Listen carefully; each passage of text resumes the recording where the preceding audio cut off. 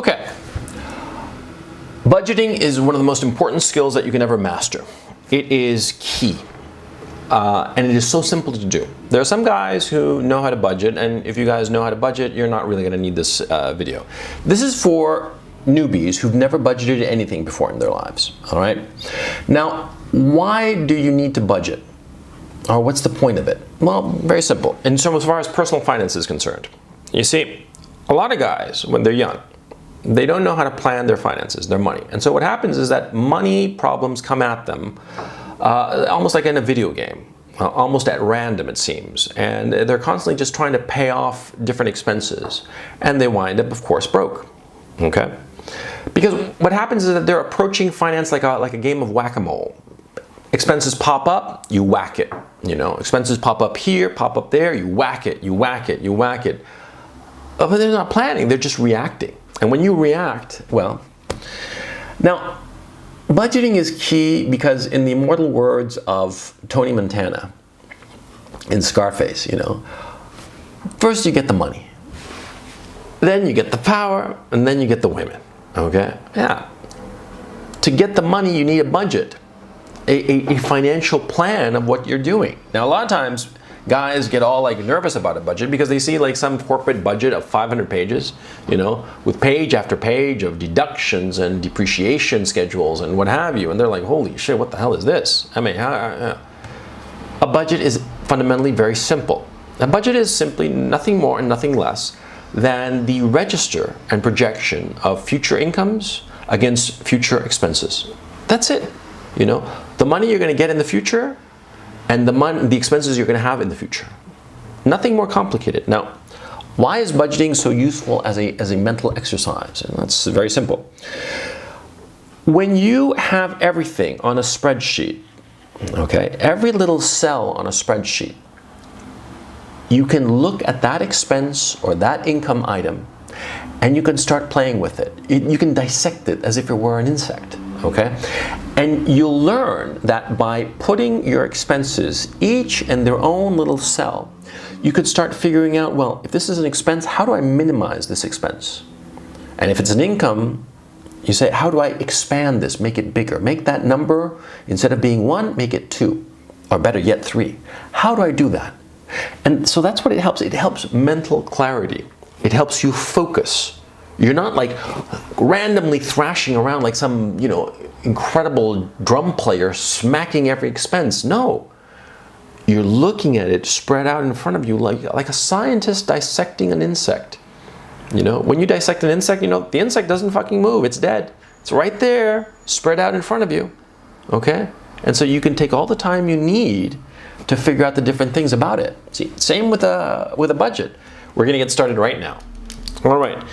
Now here, I've already, I already did this thing, okay, but I just show you what you have to do. Each of these things, you change it as you see fit. On the top here, you do the months, January, February, March, all the way through December. You want to start now in the month of June, or yeah, June it is. Start in June, it doesn't matter, okay? This is just basically a year. The important thing is this one, year-end total, okay? And of course, the first month.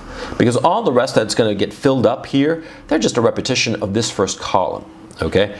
Now, what's in this first column? Well, you have income. That is your salary, okay? That's your salary. But from your salary, you have to discount certain expenses, federal tax, state tax. Now here, I'm using the state of California. In point of fact, all of the information here is based on averages from the state of California, okay?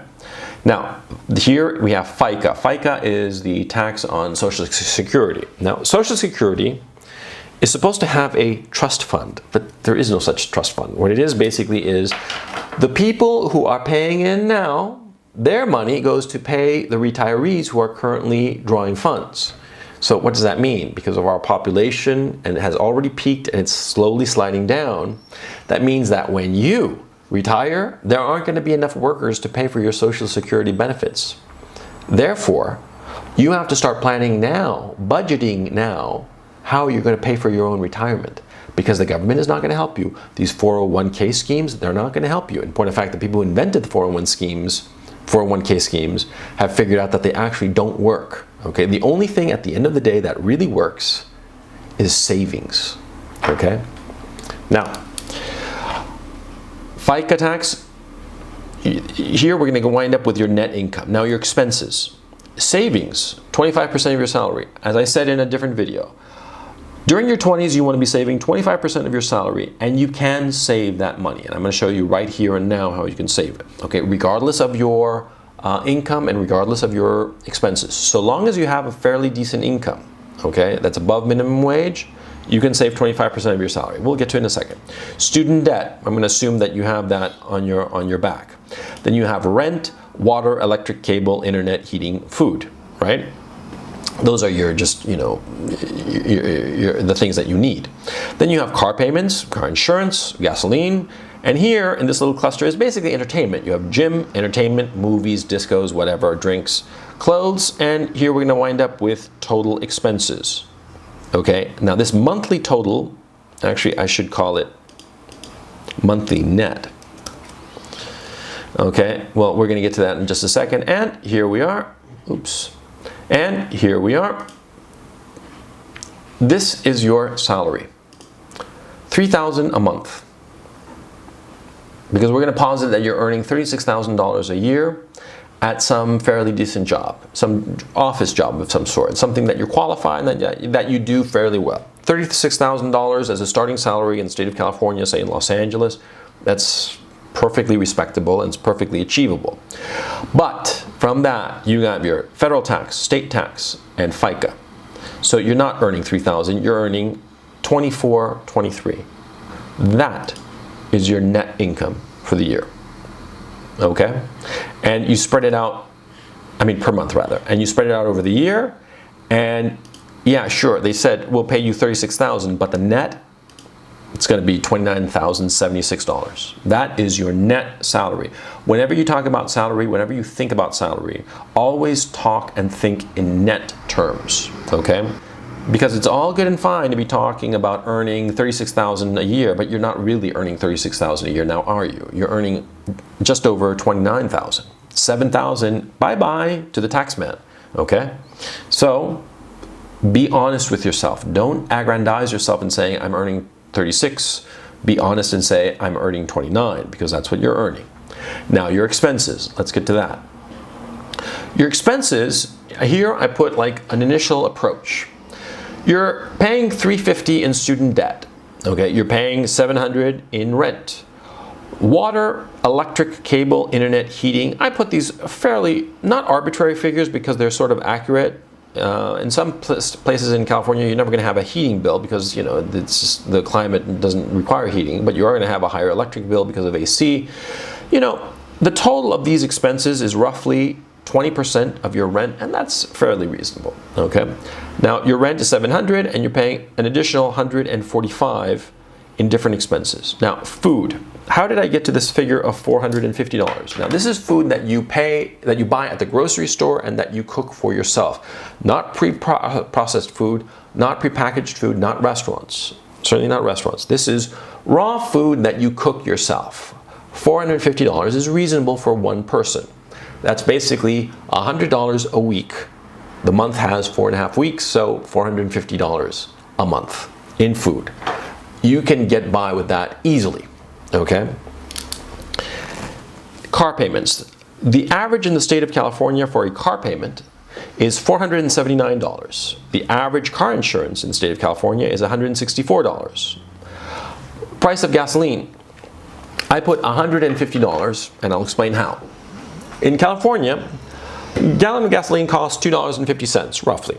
And in California, cars in general, the average, have about 25 miles to the gallon. So basically you're paying 10 cents for the mile, right?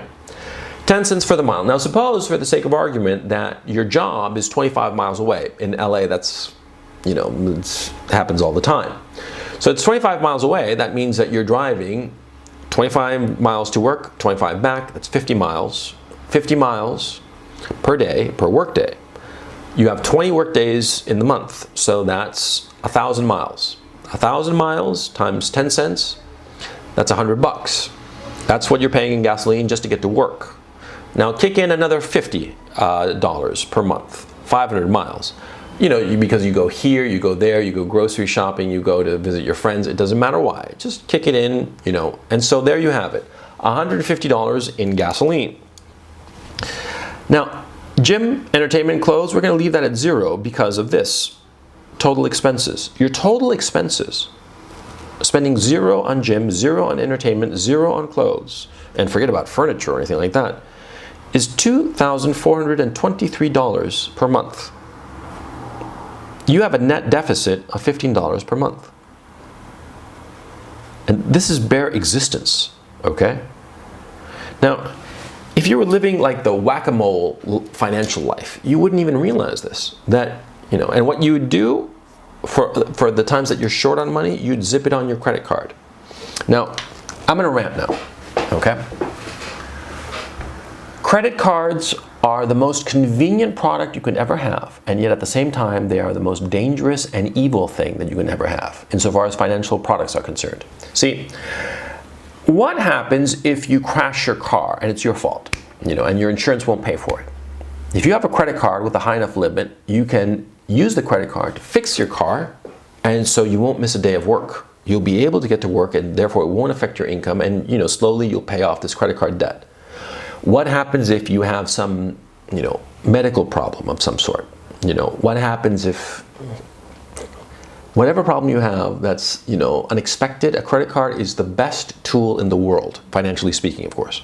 Yeah, zip, zip, and the problem doesn't go away. It's postponed. It gives you breathing room. You're paying the interest on the credit card and gives you breathing room. And that's great. So a credit card is fantastic for the emergency, but not for the day-to-day. No, not for the day-to-day. See, when you go grocery shopping and you use your credit card, and say your grocery bill, for the sake of argument, is $100, and maybe the credit card fee is, I don't know, $3, just for the sake of argument. $3, and you're spending $100 a week on food. So that means over a year's time, those $3 become $150. That's the reality of it. See? The little expense of that credit card adds up grotesquely and incredibly quickly. And if you find yourself that in order to live the lifestyle that you want, you depend on a credit card, well, then you're going to be on what I call a bicycle. See, because what will happen is that, you're going to accrue credit card debt. Say every month you accrue $200 worth of credit card debt. Every month. Because that's basically what you're short on. And you're thinking to yourself, at some point in the future, you'll get like a tax refund, or you'll get a better job, or a bump up in your salary, and you'll be able to pay off your credit card debt, right? You think that you'll be able to do that. And maybe you can, but what will happen is that, you'll be used to spending more money. And if you get a bump up in your salary, you'll spend even more money because you'll feel that you have more money. And so what will happen is that $200 a month that you are spending on your credit card, well, tack on the interest. So it won't be $200, it'll be, $215. And then it'll be, the next month, it won't be $415, it'll be $430. And it'll just keep growing and growing. And all of a sudden you'll find out that you can't get out of that hole. And then you'll start using another credit card to pay off the first credit card. But then, that new credit card that you use to pay off the old one, that tacks on some interest some more, and you're gonna go broke. Eventually, it's inevitable, okay? And see, that's how the system is designed, because the guys who are making the credit cards, the banks, they want you to go, no, they don't want you to go bankrupt. They want you to be debt slaves. They want you to load up on credit card debt and pay it every month, because every month of interest is money that goes to their pockets. Don't be that guy, Don't be that guy who is paying Wall Streeters their salary. Be smart. Use a credit card. Get a credit card. Use it for what's smart, what's necessary. Don't use it as a part of your existence. Keep it in your back pocket as just when it's needed. That's it. Okay? Now, let's continue with this. As you can see here, this is bare existence. Now, here I've stretched it out for the whole month. And as you can see, your total income net is $29,076. Your total expenses is $29,256. That is a shortfall of $180. That's your shortfall. Okay? And you have saved $0, and you have no entertainment whatsoever. This is what is known as bare existence. You are simply living, no, let me phrase it, you're not living, you are simply existing in the world. and you have nothing to look forward to, and you're just a cog in a machine. You could be replaced by a robot and nobody would even notice, okay? You have no entertainment, you have no savings. If you lose your job, you are fucked, because since you have no savings, what are you gonna do, right? Okay, so how do we start to fix this? Now, in the car payment section, that's the average car payment in the state of California, $479. Now, look on this website. Here we have the 2017 Chevrolet Cruze Premier. Its manufactured suggested retail price is $29,525. The net after rebates and all the rest of it, the out-of-pocket expenses is $28,13. Now, let's go to a car payment calculator. $28,13 at 2.9% interest rate, which is what the Chevy dealership there was giving. That's $430, right, per month.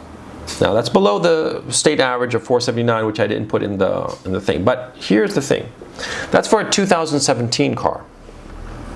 Do you need a new car? Okay. Now that's a mid-sized, fairly run-of-the-mill car. It's durable. It's a good car, but do you need it to be new? Because here's the thing. That's a new car. Here are the used cars. This 2017 Cruze Premier, $29,500.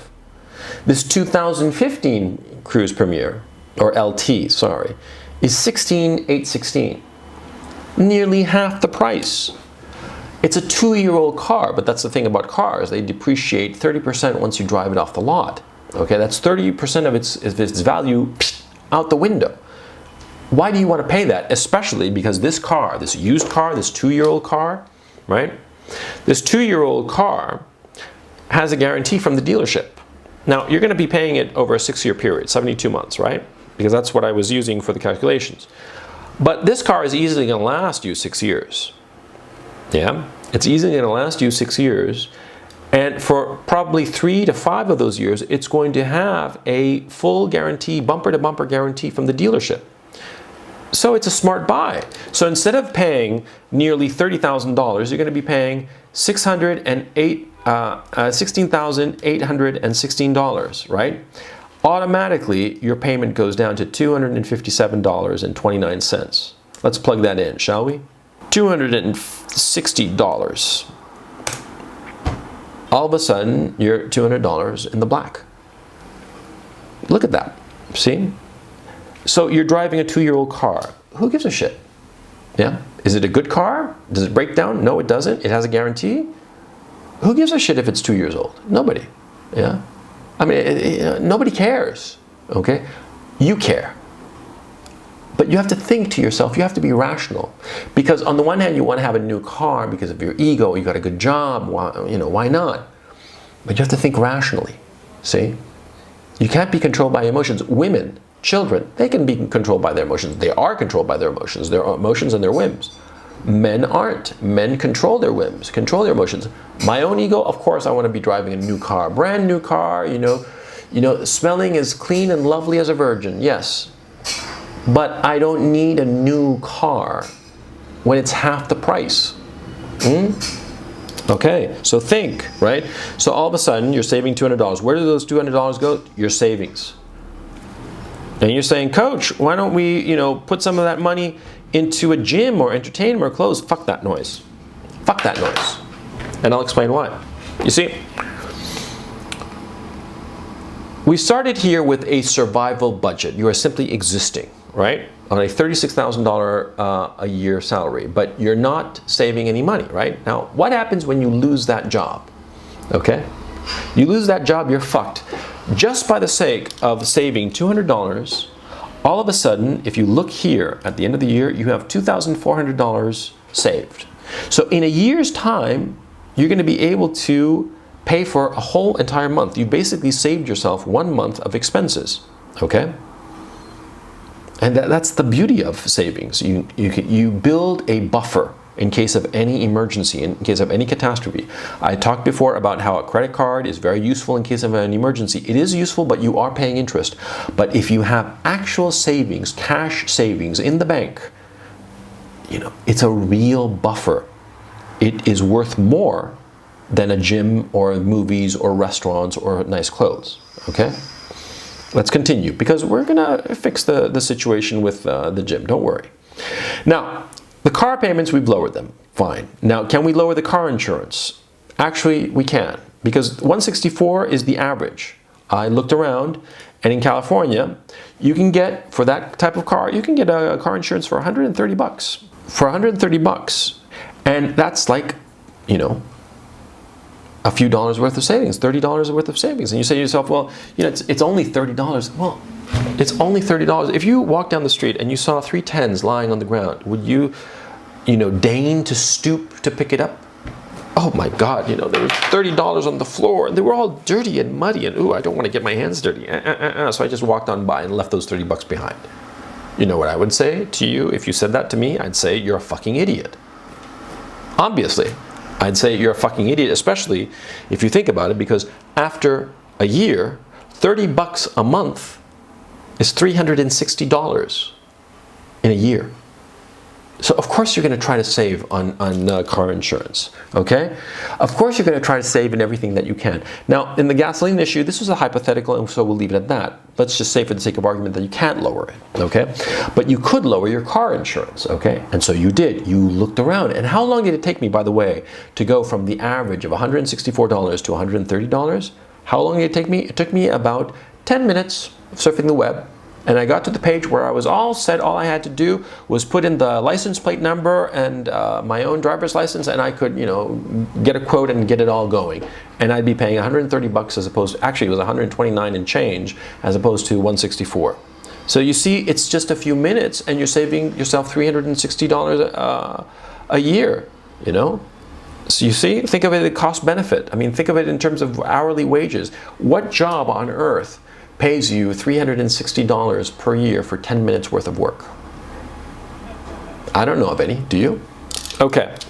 So you're lowering your costs here. Now, rent. That's the other big expense that you got.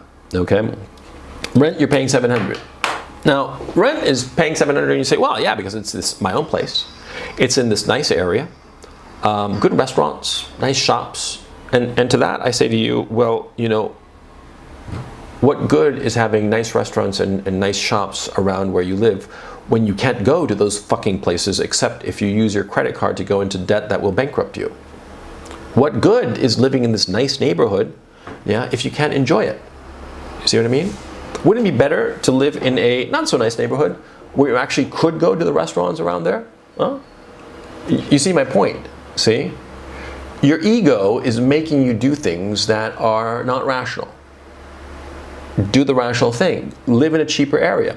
Say a cheaper area is, for the sake of argument, instead of $700, it's say $550 a month. Okay?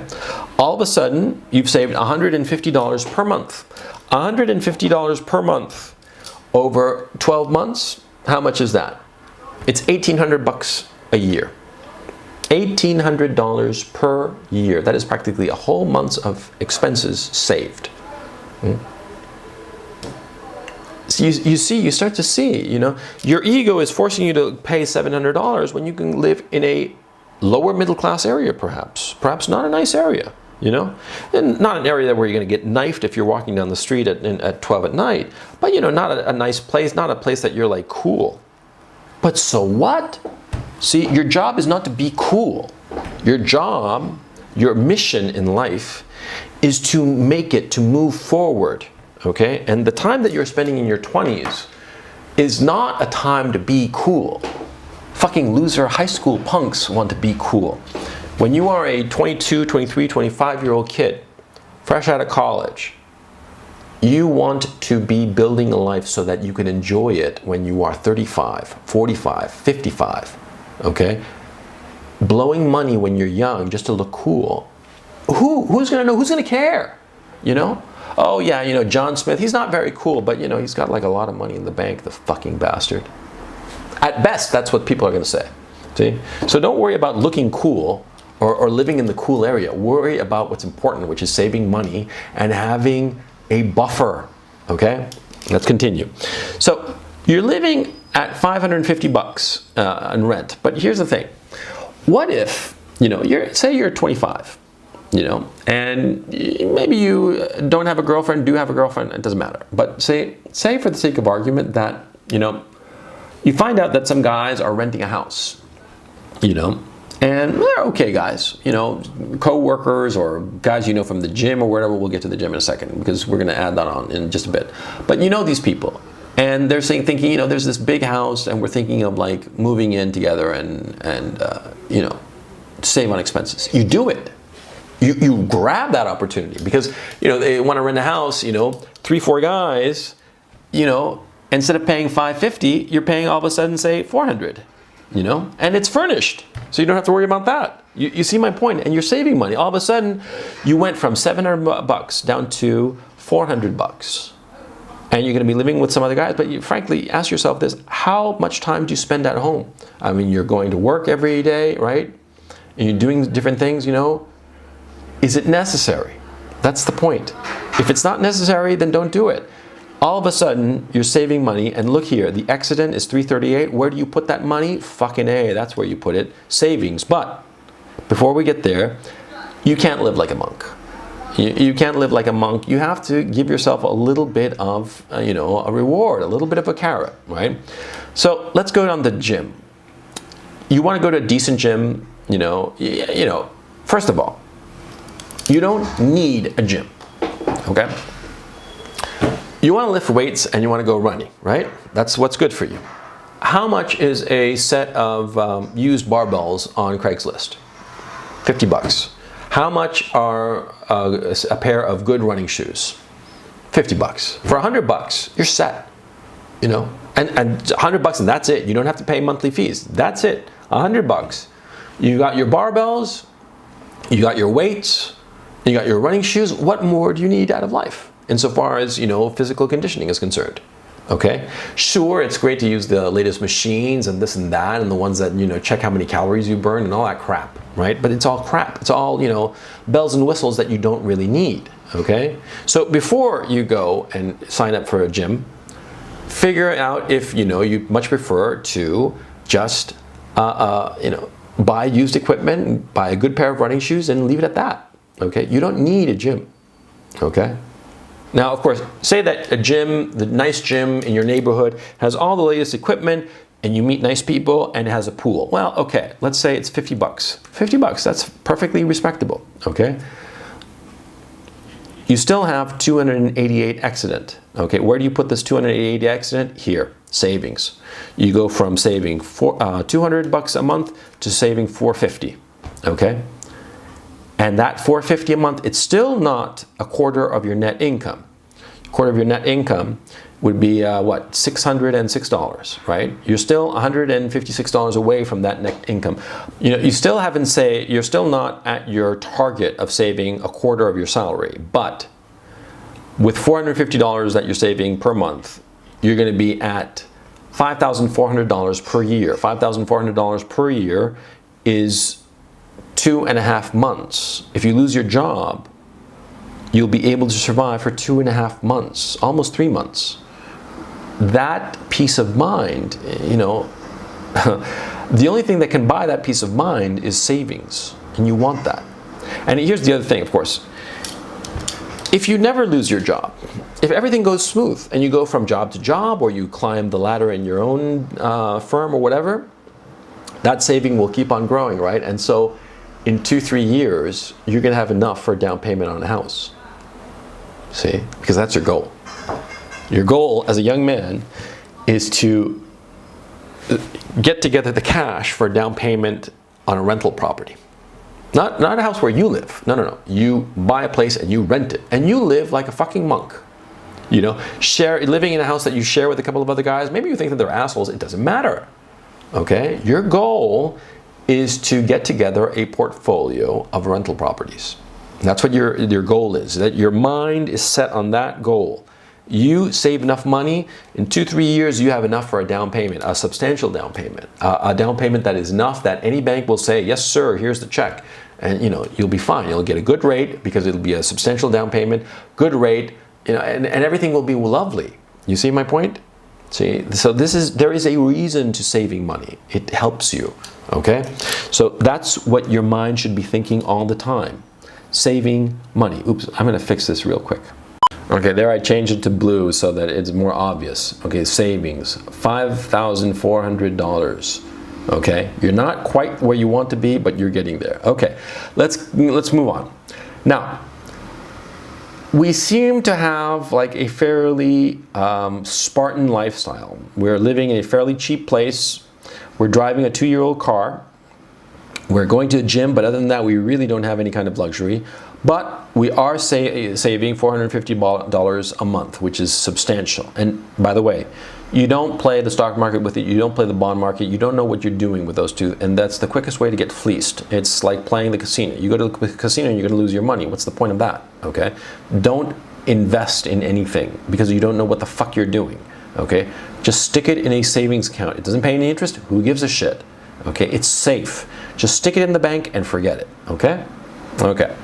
Now, here we have the issue of salary. You want more money. You need more money because you want to save more, right? You want to save more because you can't really shrink any of your expenses so far. I mean, you've pretty much gotten to the bare bones. You're living a Spartan lifestyle with fairly limited, entertainment and what have you. So you're not doing anything stupid. You're saving like a good boy. You want to up your money, your income. So there are basically 2 ways to do that. Okay, now one way is to get your current employer to up your salary, or of course get hired away by another company that pays you more money. That's one way. That is the current job that you have, or the current field that you're in pays you more money somehow. The other way is to set up a secondary business. Now this is extremely useful and that you should be considering, right now that you have a good job. Okay, now say for the sake of argument that you like to do woodworking and you have this neighbor, and the neighbor, you got to talking one time with your neighbor and he said, oh, I need a dinette set or whatever and I don't want to pay like $300, and you're like, hey, pay me $300 or $200 and I'll make you a dinette set. I know how to do it. Great, he says, and you go and you know what you're doing insofar as woodworking, so you build him a dinette set. And you clear, say for the sake of argument, $200, and it took you like a month of weekends to do it, yeah. And you say, oh, that's nice, little money in my pocket. No, it's a future business. It's a future business, okay? See, you're in your regular job, right? And on the weekends you do this woodworking thing. Now, say you lose your job. Okay, and you start looking for a new job, and you have your savings, so you're okay. You're thinking, oh, I can last 2, 3, 4 months with my savings. It's fine. Now, I myself have never had a 9-to-5 job, but friends of mine have, and they've told me that when they've lost their jobs and they're looking for a new job, there are a hell of a lot of downtime. Okay, and a lot of them fell into depression during that downtime because they had nothing to do. See? And so this is where your side business comes in. Say you're doing woodworking gigs, and you pick up 1 gig here, 1 gig there. It averages to about 1 a month, and you score a couple $100 doing whatever, or maybe it's mowing the lawns, as basic as that. It doesn't matter. Just some secondary activity that fills up your weekend. With something that you enjoy, perhaps, it doesn't matter. If you lose your job, you can ramp it up. And it'll eat up a lot more of your time and generate some income. Perhaps not a lot, but enough that it's something that's coming in while you're looking for another job. You see what I mean? And see, there's nothing worse than sitting at home waiting for a phone call. Okay? Men were not built for that. Men were built to go out and get stuff. Men were built to go with their spear and kill the mastodon. Yeah? Men were not built to, sit by the phone staring at it waiting. No, that's not how we're built, okay? And you will go insane, or more likely, you will get incredibly depressed. So you build a secondary business, and of course, you do it while you're gainfully employed with your $36,000 a year job, which is actually $29,000. But say you score a couple of hundred every month, okay? You score a couple of hundred every month, and what does that mean? At the end of the year, it's going to be $2,400.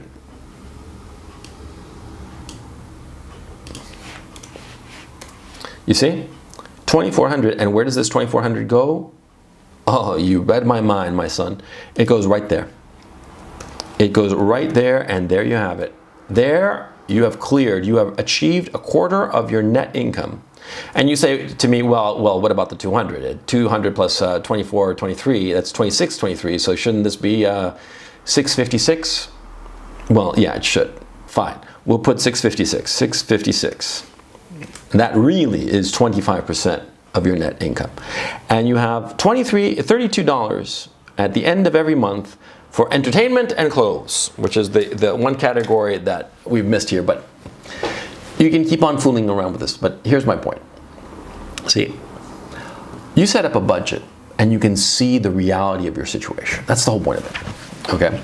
Now, this is just a hypothetical example. I just pulled it out of my ass, okay? And there are a lot of expenses here that I'm not including, like health insurance and what have you, because in this case, I'm assuming that your job is providing you some sort of health insurance. But my point is, see, this can help you. Just doing the exercise can clarify. Now, here's another thing it can clarify. This is all based on California, right? California is a very expensive state. Now, say you get a job offer from California for $36,000 a year, okay? But say at the same time you get a job offer for $30,000 in New Hampshire. And you're going to be, well, you're going to say, of course, I'm going to go to California, it's $6,000 more. No, you go to New Hampshire. Because New Hampshire, number one, doesn't have state income tax. And number two, the cost of living is much lower in New Hampshire. You know, you don't have these gargantuan gasoline bills. For instance, because it's a small state, you don't drive that much. You know, your job, you know, it's not that far away. You see my point? So you see, this helps you figure out stuff. Now, of course, this whole thing is for newbies. Guys who know about budgeting are going to look at this and say, well, you know, this is really simplistic. You know, a lot of things that he hasn't done. Yeah, that's absolutely true. But for a newbie, this is how you do it. And it's not complicated. It seems complicated. You look at it at first and it just splashes you like cold water to the face. You know, all these numbers and you're like, what the hell does this mean? And all you have to do is just be a little bit patient, okay? The numbers tell a story. The numbers can help you, okay? The numbers can help you, and see, they show you that with a little bit of a planning, you know, you're not gonna be trying to whack down every expense that comes your way, because rather than being, you know, thrashing about, you're going to be able to see those expenses coming at you. And you're going to be able to see them coming at you, you know, miles and miles away or months and months away. So you're going to be able to plan, adjust, okay? This is just a template to help you out. You change it as you see fit, you know. But my point is that each one of these cells can be adjusted and improved so that your nets improve. See, this figure, 78, 72, that is fucking close to 4 months of living expenses. If you look at, you know, your student debt and your car payments, that there is $1,800, $1,885 total. See, 78, 72, what's that? Close to 4 months of your expenses. Actually, more than 4 months of your expenses. And that's assuming you can't find a job for 4 fucking months, which is, you know, it's not going to happen because you'll find something much sooner. And here's the other thing. You keep on doing this. In 3 years, you're going to have close to 24 grand cash in hand. You take that 24 grand and you can buy yourself a rental property. You know, not a big one, not a massive thing, it's just a little thing. And you start accruing property, see?